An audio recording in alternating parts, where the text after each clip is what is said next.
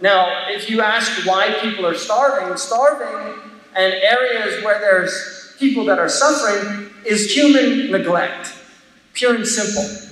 And the Quran says don't blame God on that, because there's a verse in the Quran where they say, should we feed people that had God wanted, He would have fed them? I mean, this is an argument that people make. No, that is actually a duty upon people that have surpluses of food to ensure that those surpluses go to people that have diminution of their supplies. And so the failure is a failure of man. And people ask, where is God? But God is asking, where are you? I mean, this is the question that the Quran asks. Where are you? I gave you everything you need, and I even put compassion and mercy in your hearts as a human mechanism, and you see these things, and yet you don't do anything about them. So the question is not where am I, the question is where are you? You see, because the writing's on the wall, but if you're illiterate, I mean, there's a problem. It becomes difficult to read the writing on the wall, but the writing is on the wall. So zakat, in essence, is a type of pruning, and what this does, if you prune a tree, it keeps the tree healthy. If you don't prune the tree, then the tree begins to accumulate dead weight.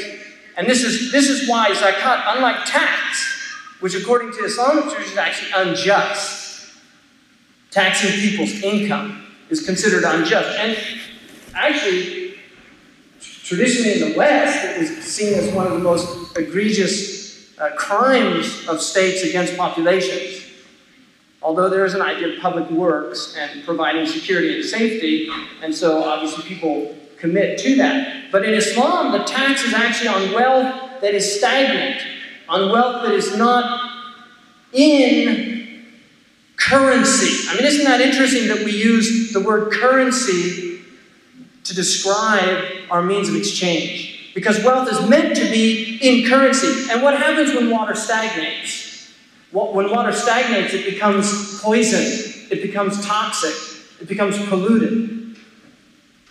And that's why when water flows, it's healthy. Now it's interesting that the word in Arabic for miser, and by the Islamic definition, the miser is the one who withholds charity. The word in Arabic for miser is the same word for constipated.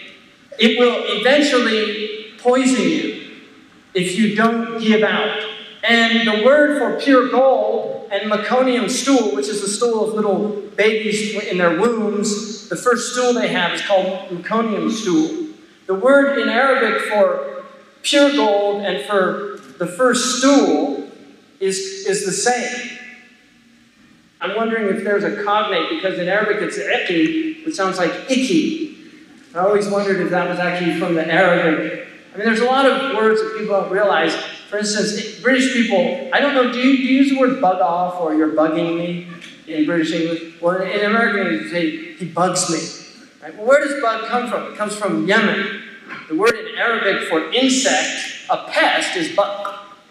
And the Yemenis pronounce the qaf ga, so they say bug. Bug is a pest. It's an insect that bothers you. So if you look in Chambers' Dictionary of Etymology, it will say bug, origin unknown.